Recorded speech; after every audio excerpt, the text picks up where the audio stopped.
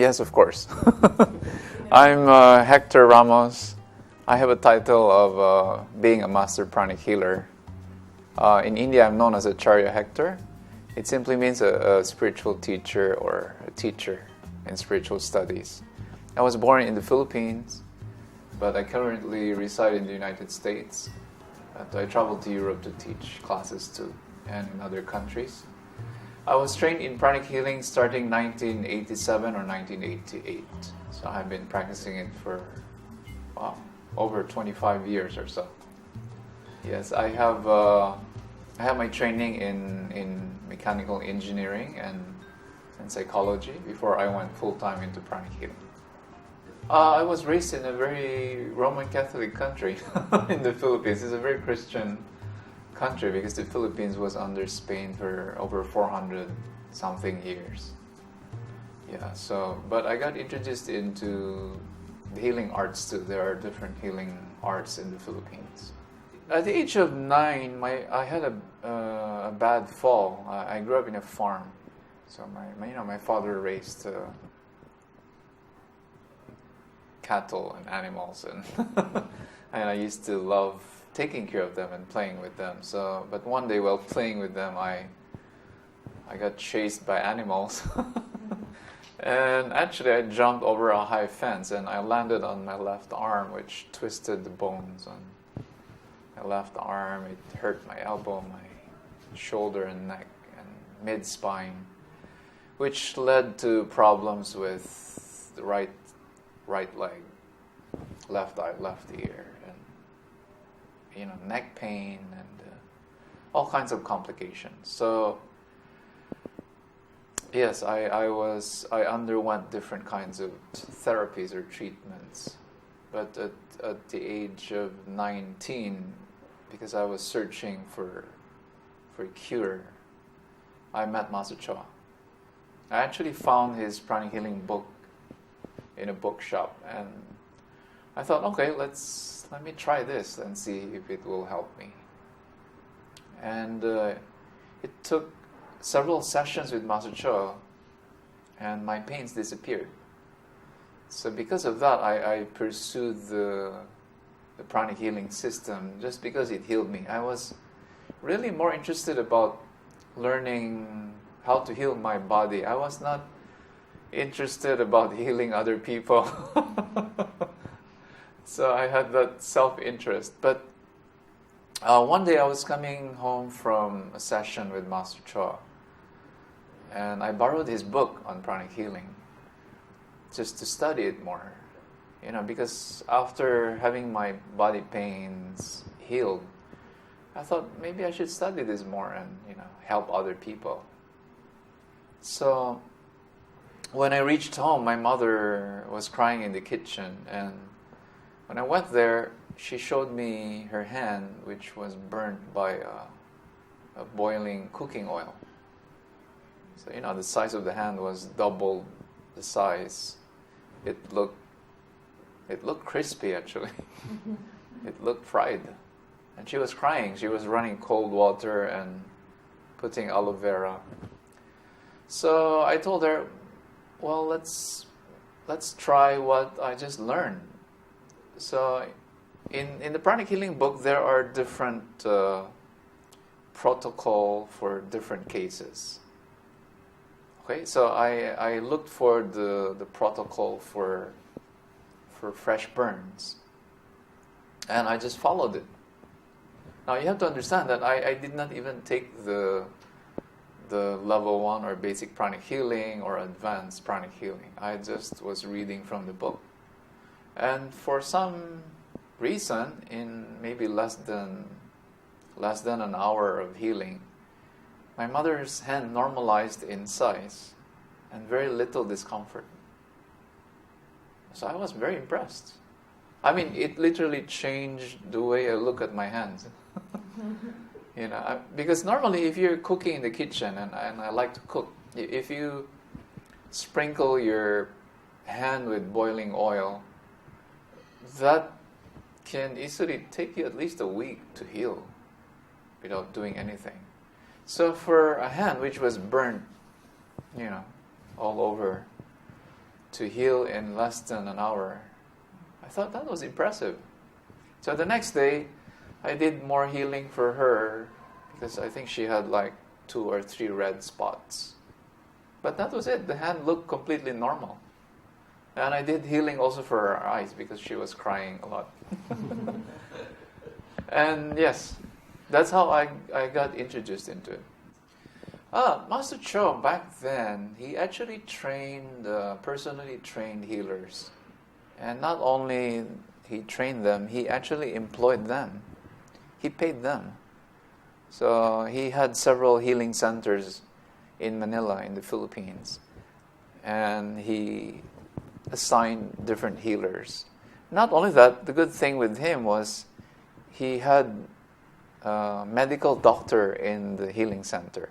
Master Choa always believed that pranic healing is a complement to modern, medical treatment. He always believed that. In fact, there was even a psychologist.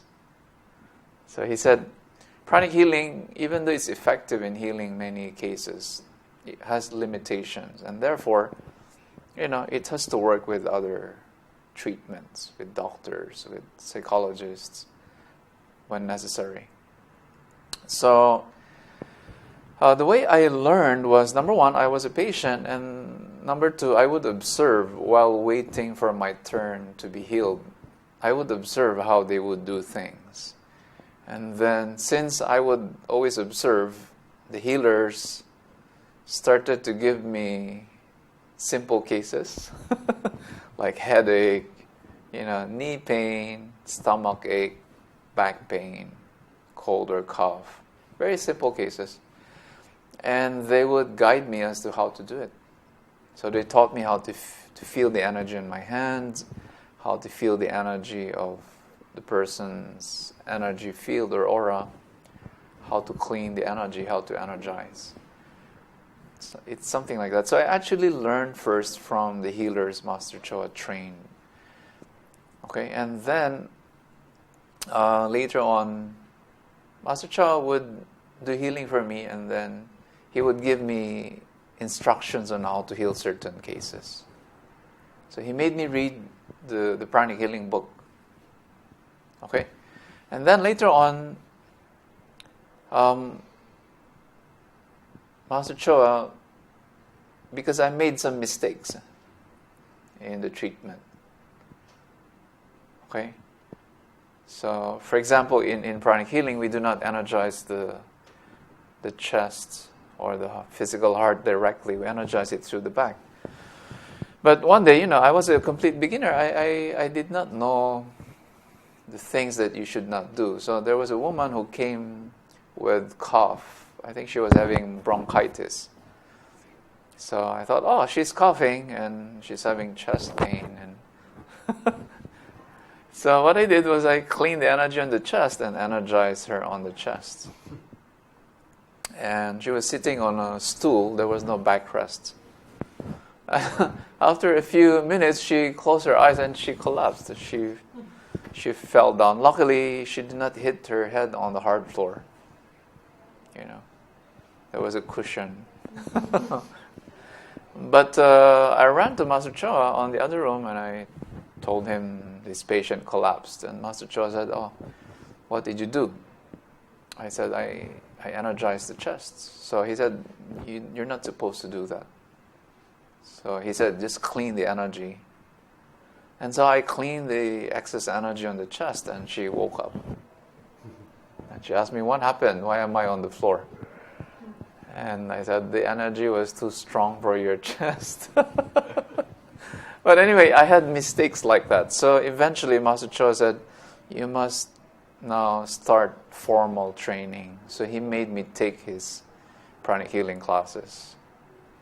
Now, I was still a student then. I was studying engineering. And I did not really have the budget to learn. So what Master Choa did was, in exchange for my healing services or services at the healing center, he taught me the classes for free. Because of this training, Master Choa handed me like a booklet, And he said, you must collect 300 cases, complete cure, using basic pranic healing techniques. And he said, it has to be certified by a medical doctor. So I would go to the healing center, and since there was a senior doctor there, he would first diagnose the patient, then I would feel the energy and I would apply pranic healing treatment. And then I would get, the feedback or the comment from the patient. And then once the case has been healed, then the doctor would certify that it's been healed. So that was a long time to finish. 300 cases of basic. And then after that, Master Choa gave me another booklet. He said, now 250 cases using advanced pranic healing. That took longer. Because advanced pranic healing deals with severe, more chronic diseases like, diabetes, chronic heart conditions, severe infections, arthritis, problems with the endocrine system or reproductive system or urinary system, cases of cancer, for example. So, I was really trained because of those. And again, you have to have a doctor, certify it. After that, Master Choa gave me another booklet, and he said 150 cases of pranic psychotherapy. So pranic psychotherapy is pranic healing applied for treating psychological cases like phobia, trauma, addictions, stress, suicidal tendency, and so on. So I had to collect a lot of cases. Master Choa, I remember, did a lot of experiments. So when I met him, he was not even finished writing the advanced pranic healing book. Okay, his basic pranic healing book contained basic pranic healing techniques plus some advanced techniques, but they were not as developed as later on. So Master Choa would experiment on patients and actually on healers. So for example, there's a technique on how to heal fresh wounds. So, he would ask the doctor to make a wound on the hand of a volunteer, like one of the healers. And then Master Choa would tell the healer how to do it. And they would time it. Okay? So when I learned that, in the same way that Master Choa experimented, I also experimented. So I would always carry the pranic healing book with me. So like one time I was visiting a friend, and his mother was, cutting vegetables at the kitchen. And so she sliced accidentally part of her finger. It hit the nail. So she was bleeding. So I thought, let me try this technique. The only way to find whether something is effective or not is to experiment. That's my agreement with Master Choa. He told me, do not believe on things blindly. Always test them, experiment. Experiment many times and make your own conclusions. So anyway, I just followed the step. How to heal fresh wound. It took maybe over 10 minutes.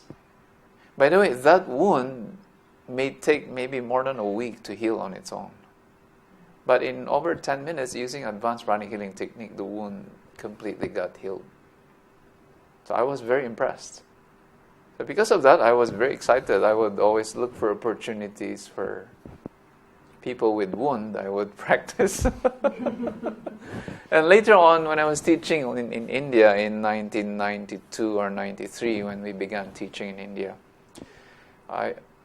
in the advanced class, I would actually call on a doctor to perform experiment with people. So the doctor would come, we would photograph before, and then while he's cutting, and then while one of the students would do the healing.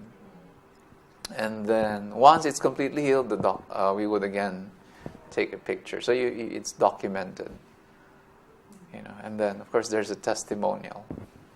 But because, it's been proven to work, Master Choa said, stop that in your classes. Just teach them the techniques. There's no need to experiment. Because people were starting to get scared. Oh, we have to be cut.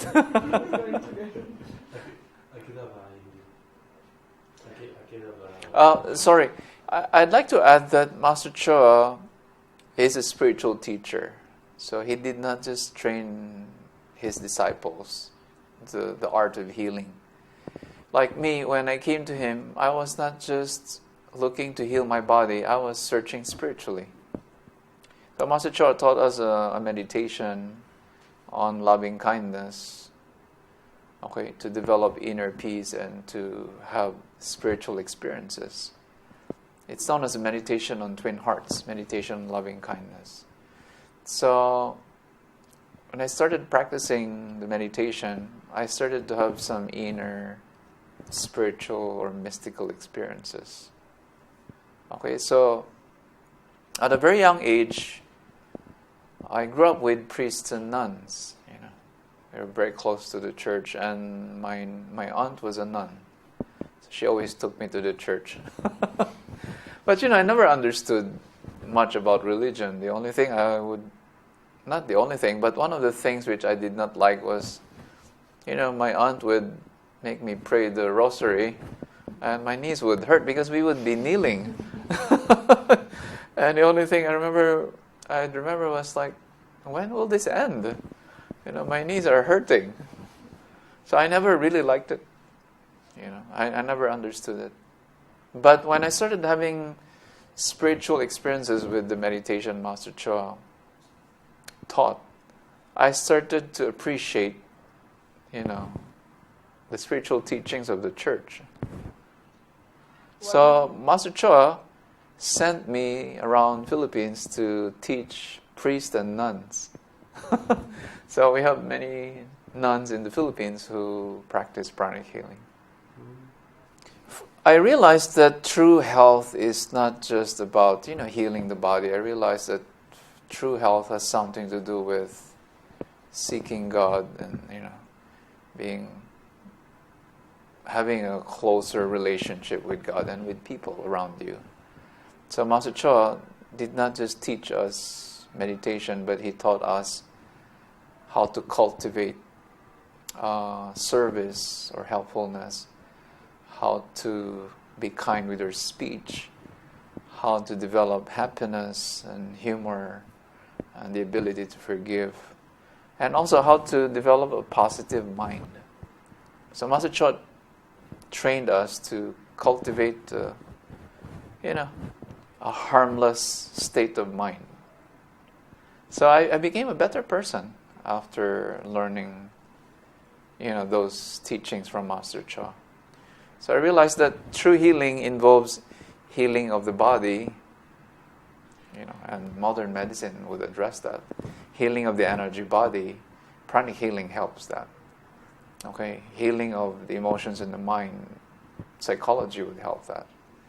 And of course, you need spiritual practices like meditation. So, my idea about health changed. So Master Choa said pranic healing is just a tool or an instrument to bring people to the spiritual life. Number one, for children, by the way, we apply pranic healing to children. We help them become calmer, and we teach them the virtues, and at a young age they learn how to meditate in a simple way. So their behavior changes, and also their academic performance changes, their memory improves, their mental capacity improves. Okay, and of course when children get sick, so because of that, parents now will have the ability to heal simple cold, simple cough, headache, stomach pain. Fever is common, you know that. So when parents learn how to heal, they could help their children when they have fever. So medical bill is partially reduced in the family because parents can heal the family. And in studies, because of certain techniques in pranic healing, you could actually help energize the center of the brain connected to memory, or certain energy center connected to concentration or focusing. You could energize certain energy center connected to creativity, and energy centers connected to emotions and relationships, or being industrious. So if a person has problem working or earning a living, there's certain energy centers which will help the person become more industrious. And there's also an energy center connected to developing intuition. So you could energize that or do meditation to stimulate that.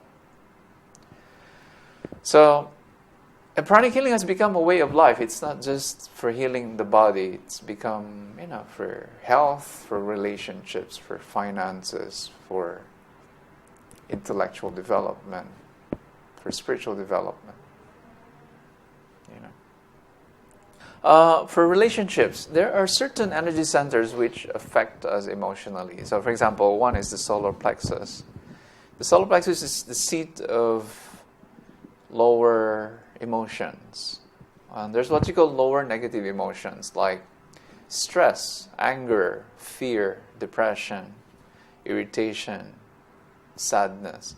So, if a person has problem with the stomach, with the liver, with the intestines, or with digestion, or with the pancreas, we clean and energize the solar plexus.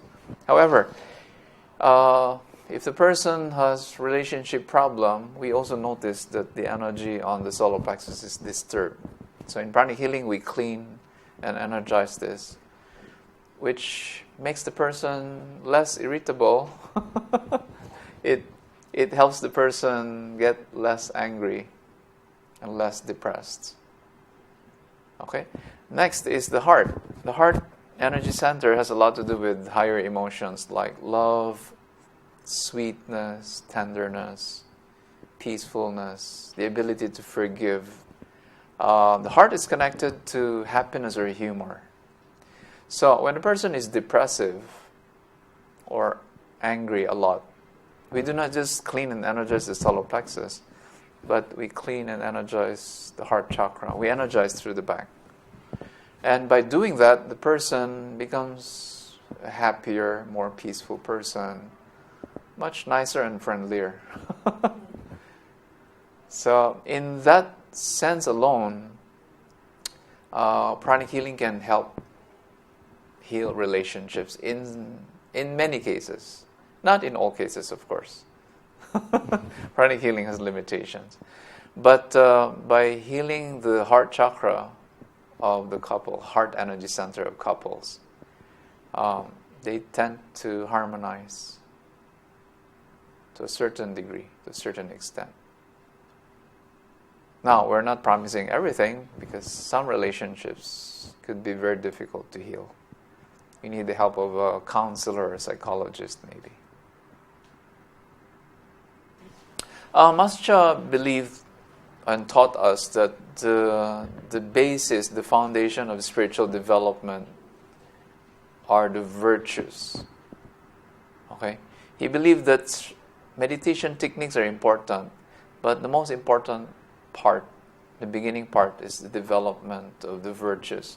Now, the virtues are connected to the development of the heart energy center.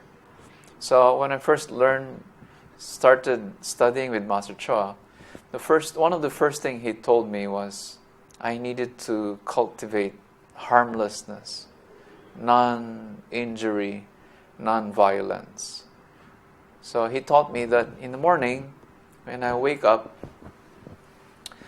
before I say my prayers and do my meditation, I would sit for a few minutes and I would make a resolution that I will not hurt anyone physically, I will not hurt anyone verbally, I will not hurt anyone emotionally, and I will not hurt anyone with my mind. So that's in the morning. And then as I went through the day, I had to force myself to practice those things. So I avoided saying things which will hurt people. I avoided anger and irritation. I avoided physical violence. Like slamming the door or banging things, throwing things violently. He said those produce violence. And then I avoided criticizing people in my mind or wishing bad things to happen to people. And then at the end of the day, before going to bed, before going to sleep, the practice was to look at the entire day and review. So you start in the morning. If you see in your review that you have hurt somebody, maybe through your speech, or you got angry, you will simply erase that image, and then you have to think what you're going to do next time. That you'll be kinder in your speech and you will be more patient. Okay? So the idea behind this is that when you go to the next day, you have learned your mistake from the previous day, and you have already thought of or figured out what you're supposed to do next time it happens. So next time you encounter the same kind of person or same kind of situation, you more or less know how to react. You have greater control over your character. So in terms of energies, when you do this, the heart energy center becomes developed as you practice being helpful and being kind, being generous.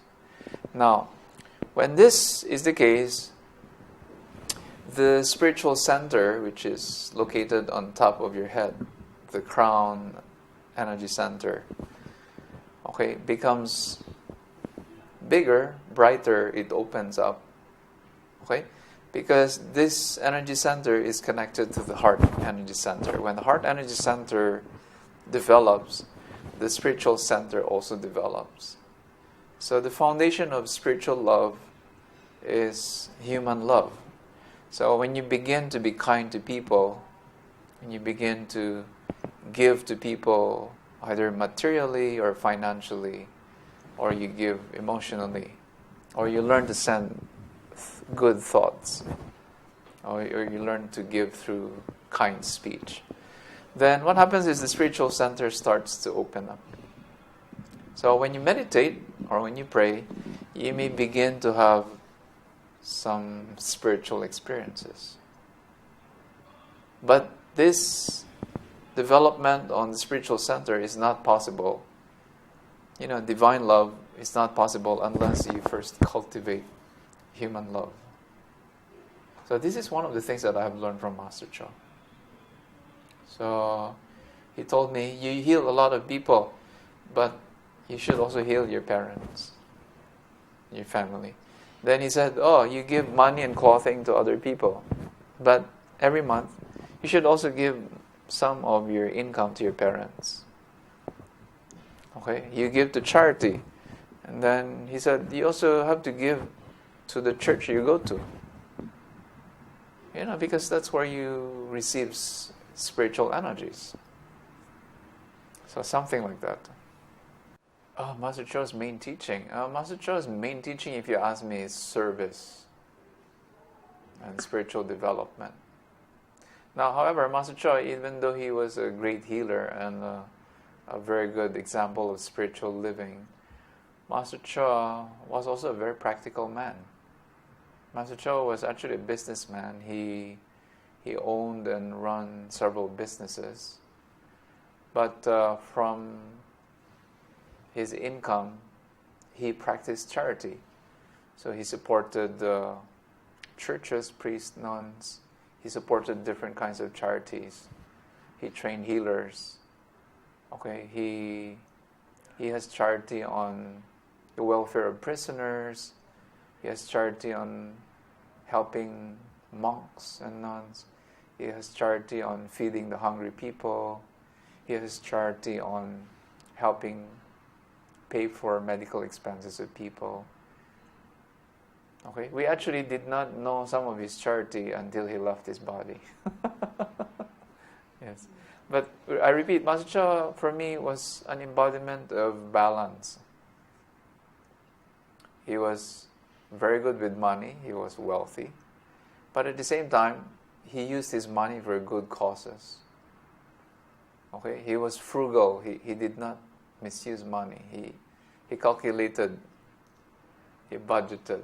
And then he used a lot of his money to, spread pranic healing, to spread spirituality, to write and publish books, to create recording CDs for meditations. And I know that Master Choa had very close relationships with spiritual and religious people. Not just in the Christian faith, but in other religions too. For example, he's known to have met the Dalai Lama. That's, in the Buddhist world.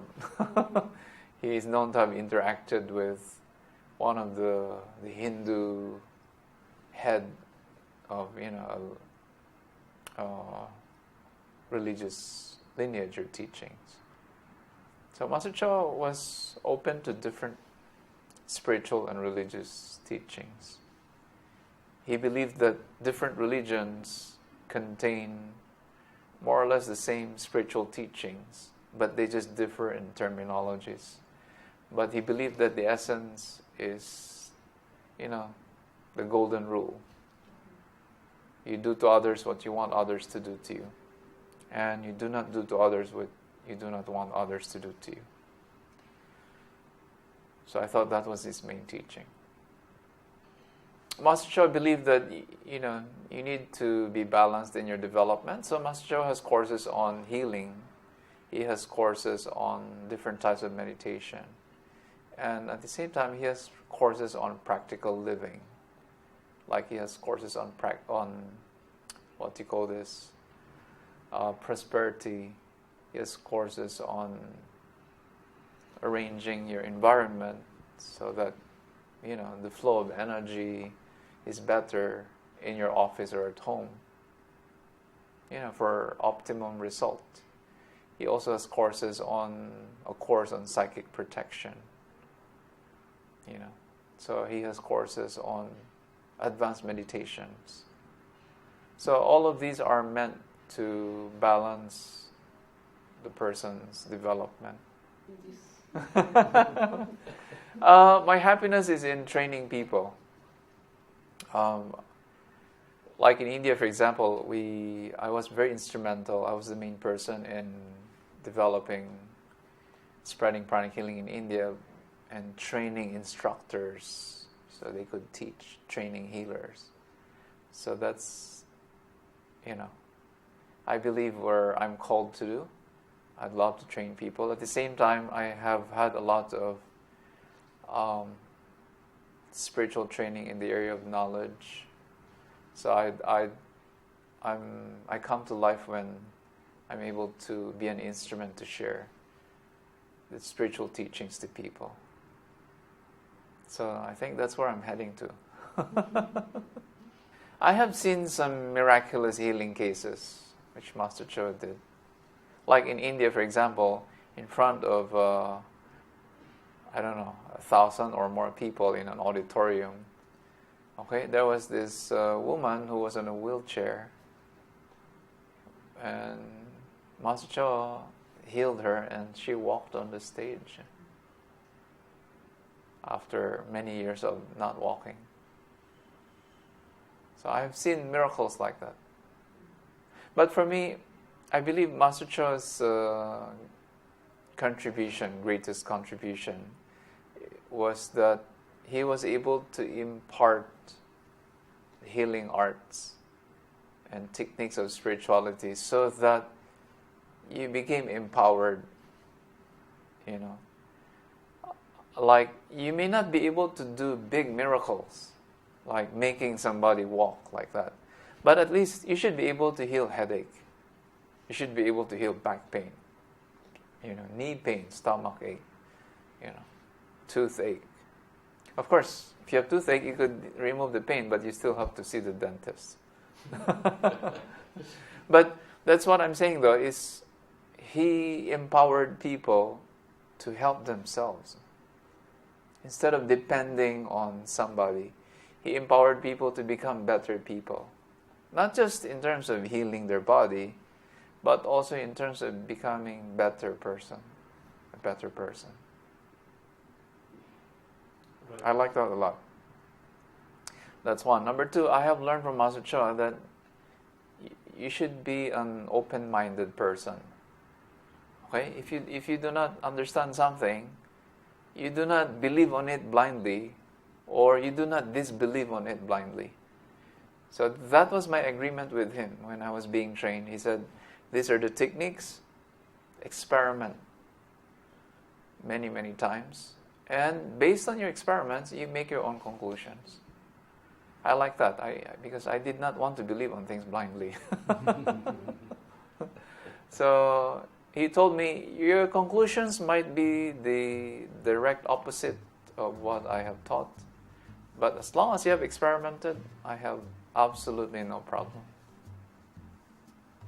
So I like that. He gave people the freedom to disagree. He did not create blind devotion.